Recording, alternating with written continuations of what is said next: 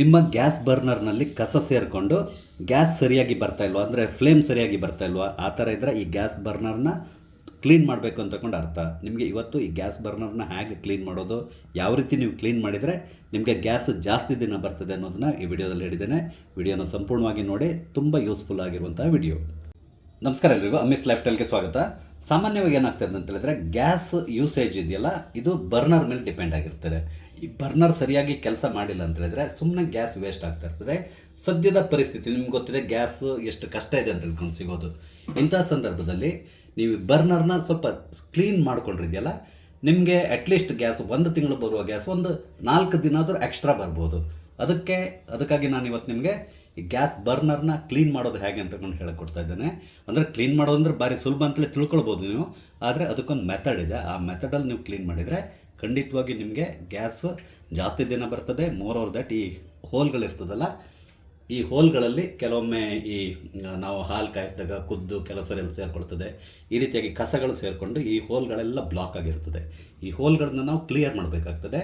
ಅದನ್ನು ಯಾವ ರೀತಿ ನಾವು ಕ್ಲೀನ್ ಮಾಡೋದು ಅಂತಕೊಂಡು ನಾನು ಇವತ್ತಿನ ಈ ವಿಡಿಯೋದಲ್ಲಿ ಹೇಳ್ಕೊಡ್ತಾ ಇದ್ದೇನೆ. ನೋಡಿ, ಇಲ್ಲಿ ಫ್ಲೇಮ್ ನಮ್ಗೆ ಚೆನ್ನಾಗೇ ಬರ್ತದೆ, ಯಾಕಂದರೆ ಮೊನ್ನೆ ಅಷ್ಟೇ ನಾನು ಇದನ್ನ ಕ್ಲೀನ್ ಮಾಡಿದ್ದೇನೆ. ಆದರೆ ಪುನಃ ಇನ್ನೊಂದ್ಸರಿ ನಿಮಗೆ ಹೇಗೆ ಕ್ಲೀನ್ ಮಾಡೋದು ಅಂತಕೊಂಡು ಹೇಳಿ ತೋರಿಸ್ತಾ ಇದ್ದೇನೆ.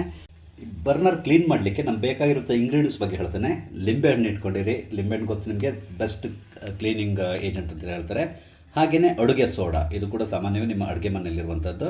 ಅಡುಗೆ ಸೋಡಾ ಕೂಡ ಬೇಕಾಗ್ತದೆ. ಅದ್ರ ಜೊತೆಗೆ ವಿನಿಗರ್ನ ಕೂಡ ನೀವು ಯೂಸ್ ಮಾಡ್ಬೋದು. ವಿನಿಗರ್ನ ಯಾವ ರೀತಿ ಯೂಸ್ ಮಾಡಬೇಕು ಅಂತಕೊಂಡು ನಾನು ಕೊನೆಗೆ ಹೇಳ್ತೇನೆ. ಒಂದು ಬೌಲ್ ತೊಗೊಳ್ಳಿ. ಈ ಬೌಲಿಗೆ ಸ್ವಲ್ಪ ಬಿಸಿ ನೀರನ್ನ ಹಾಕೋಬೇಕು. ನಾವು ತುಂಬ ಜಾಸ್ತಿ ಬಿಸಿ ಏನು ಬೇಕಿಲ್ಲ, ಉಗುರು ಬೆಚ್ಚಗಿದ್ಲು ಸ್ವಲ್ಪ ಜಾಸ್ತಿ ಬಿಸಿ ಇದ್ದರೆ ಸಾಕಾಗ್ತದೆ. ಫುಲ್ ಬೇಕಿಲ್ಲ, ಖಾಲಿ ನಮ್ಮ ಬರ್ನರ್ ಮುಳುಗುವಷ್ಟು ಬೇಕಾಗ್ತದೆ. ಸೊ ನಾನು ಇಷ್ಟು ಹಾಕ್ಕೊಳ್ತಾ ಇದ್ದೇನೆ. ನಂತರ ಇದಕ್ಕೆ 1 ಚಮಚದಷ್ಟು ಅಡುಗೆ ಸೋಡಾ ಇದೆಯಲ್ಲ, ಇದನ್ನು ಹಾಕ್ಕೊಳ್ಬೇಕು. ಹಾಗೆಯೇ ಇದಕ್ಕೆ 1 ಲಿಂಬೆಹಣ್ಣಿನ ರಸವನ್ನು ನಾವು ಹಿಂಡ್ಕೋಬೇಕು. 1 ಲಿಂಬೆಹಣ್ಣಿನ ರಸ ಬೇಕಾಗ್ತದೆ. ಲಿಂಬೆಹಣ್ಣಿನ ರಸ ಹಿಂಡಿದ ತಕ್ಷಣ ಅದು ಉಕ್ಲಿಕ್ಕೆ ಸ್ಟಾರ್ಟ್ ಆಗುತ್ತೆ, ಯಾಕಂದರೆ ಸೋಡಾ ಹಾಕಿರ್ತೀವಲ್ಲ, ಹಾಗಾಗಿ ಬೀಜ ಇದ್ರದ್ದು ಏನು ತೊಂದರೆ ಇಲ್ಲ. ನೋಡಿ, ಮಿಶ್ರಣ ರೆಡಿ ಮಾಡ್ಕೋಬೇಕು. ಒಮ್ಮೆ ನಾವು ಲಿಂಬೆಹಣ್ಣಿನ ರಸ ಮತ್ತು ಸೋಡಾ ಹಾಕಿದ ಮೇಲೆ ಕಂಪ್ಲೀಟಾಗಿ ಮಿಕ್ಸ್ ಮಾಡ್ಕೋಬೇಕು. ಅದು ಸೋಡಾ ಮತ್ತು ಸೋಡಾ ಪೌಡ್ರ್ ಇದರಲ್ಲಿ ಕರೆಕ್ಟಾಗಿ ಮಿಕ್ಸ್ ಆಗಬೇಕು. ಅದಕ್ಕಾಗಿ ನಾನು 1 ಲಿಂಬೆಹಣ್ಣಿನ ರಸವನ್ನು ಹಿಂಡ್ಕೊಂಡಿದ್ದೇನೆ ಇದಕ್ಕೆ.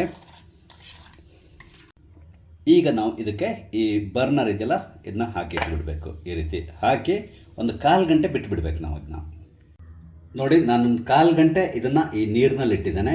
ನಿಮಗೆ ಮೇಲ್ಗಡೆಯಿಂದ ನೋಡಿದರೆ ಗೊತ್ತಾಗ್ತದೆ ಕಲರ್ ಚೇಂಜ್ ಆಗಿರೋದು ಇದ್ರದ್ದು ಬರ್ನರ್ದು. ನೋಡಿ,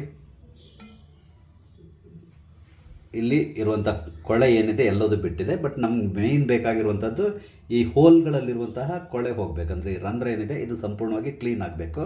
ಅದಕ್ಕಾಗಿ ನಾವೇನು ಮಾಡಬೇಕು ಅಂತ ಹೇಳಿದ್ರೆ, ಒಂದು ಬ್ರಷ್ನಲ್ಲಿ ಒಮ್ಮೆ ಇದನ್ನ ಕ್ಲೀನ್ ಮಾಡ್ಕೋಬೇಕು. ಬೇಕಿದ್ದರೆ ನೀವು ಒಮ್ಮೆ ಸ್ಕಾಚ್ ಬ್ರೈಟಿಂದ ಕೂಡ ಕ್ಲೀನ್ ಮಾಡ್ಬೋದು. ಇಲ್ಲ ಅಂತೇಳಿದರೆ ನೀವು ವಿನಿಗರ್ ಹಾಕಿ, ಏನಾದರೂ ಕಲೆಗಳು ಉಳ್ಕೊಂಡಿದ್ರೆ ಇಲ್ಲಿ ವಿನಿಗರ್ ಹಾಕಿ ಜಸ್ಟ್ ತಿಕ್ಕಿದ್ರೆ ಸಾಕಾಗ್ತದೆ, ಕ್ಲೀನ್ ಆಗ್ತದೆ. ಈಗ ಸದ್ಯಕ್ಕೆ ಬೇರೆ ಏನೂ ಇಲ್ಲ, ಇಲ್ಲಿ ತುಂಬ ಕ್ಲೀನ್ ಆಗಿದೆ. ನಾನು ಕೇವಲ ಬ್ರಷ್ನಲ್ಲಿ ಈ ಹೋಲ್ಗಳಿದೆಯಲ್ಲ, ಇದರಲ್ಲಿರುವಂತಹ ಕೊಳೆ ಹೋಗಬೇಕು. ಅದಕ್ಕಾಗಿ ಸ್ವಲ್ಪ ಬ್ರಷ್ನಲ್ಲಿ ಈ ರೀತಿ ಮಾಡ್ಕೊಂಡು ಹೋಗ್ತಾ ಇದ್ದೇನೆ. ಎಷ್ಟು ಮಾಡ್ಕೊತ ಹೋದ್ರೆ ಸಾಕು, ನೀವು ಕ್ಲೀನ್ ಆಗ್ತಾ ಹೋಗುತ್ತೆ ಅದು. ಬ್ರಷ್ ಈ ಹೋಲ್ ಒಳಗಡೆ ಏನಾದರೂ ಕಸ ಇದ್ದರೆ ಅದನ್ನು ತೆಗೆದು ಬಿಡ್ಬೋದು.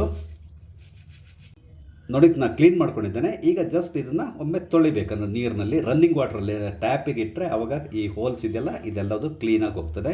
ಒಮ್ಮೆ ಫುಲ್ಲಾಗಿ ಇದನ್ನು ಕ್ಲೀನ್ ಮಾಡಿ ನಾನು ನಂತರ ತೋರಿಸ್ತೇನೆ ನಿಮಗೆ. ನೋಡಿ, ನಾನು ಟ್ಯಾಪ್ನಿಂದ ತೊಳಿತಾ ಇದ್ದೇನೆ. ಈ ಥರ ಸ್ವಲ್ಪ ನೀರು ಫೋರ್ಸಾಗಿ ಬಿಟ್ಕೊಳ್ಳಿ, ಆವಾಗ ಈ ಹೋಲ್ ಒಳಗಡೆ ಏನೇ ಕಸ ಇದ್ದರೂ ಕೂಡ ಕಂಪ್ಲೀಟಾಗಿ ಕ್ಲೀನಾಗಿ ಹೋಗ್ತದೆ. ನಂತರ ಒಮ್ಮೆ ಇದನ್ನು ಫುಲ್ಲಾಗಿ ಕ್ಲೀನ್ ಮಾಡ್ಕೊಳ್ಳಿ, ಬಟ್ಟೆಯಿಂದ ಒರೆಸ್ಕೊಳ್ಳಿ. ಅಂದರೆ ಡ್ರೈ ಆಗಬೇಕು. ಹೀಗೆ ಎಲ್ಲ ಕಡೆ ಡ್ರೈ ಮಾಡಿ.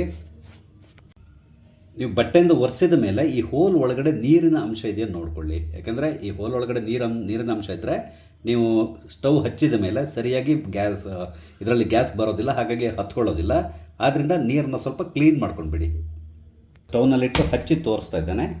ನೋಡಿ, ಎಷ್ಟು ಕ್ಲೀನಾಗಿ ಈಗ ಫ್ಲೇಮ್ ಬರ್ತಾ ಇದೆ, ಯಾವುದೇ ರೀತಿಯ ಸಮಸ್ಯೆ ಇಲ್ಲ, ತುಂಬ ಕ್ಲೀನಾಗಿ ಬರ್ತಾ ಇದೆ. ಹಾಗೆಯೇ ಈ ಹೋಲ್ ಇದೆಯಲ್ಲ, ಹೋಲ್ ಒಳಗಡೆ ಇರುವಂಥ ಕಸ ಎಲ್ಲದು ಫುಲ್ ಕ್ಲೀನ್ ಆಗಿದೆ. ನಿಮಗೆ ಗ್ಯಾಸ್ ಆವಾಗ ಜಾಸ್ತಿ ದಿನ ಬರ್ತದೆ ಈ ರೀತಿ ಕ್ಲೀನ್ ಆಗಿದ್ದರೆ.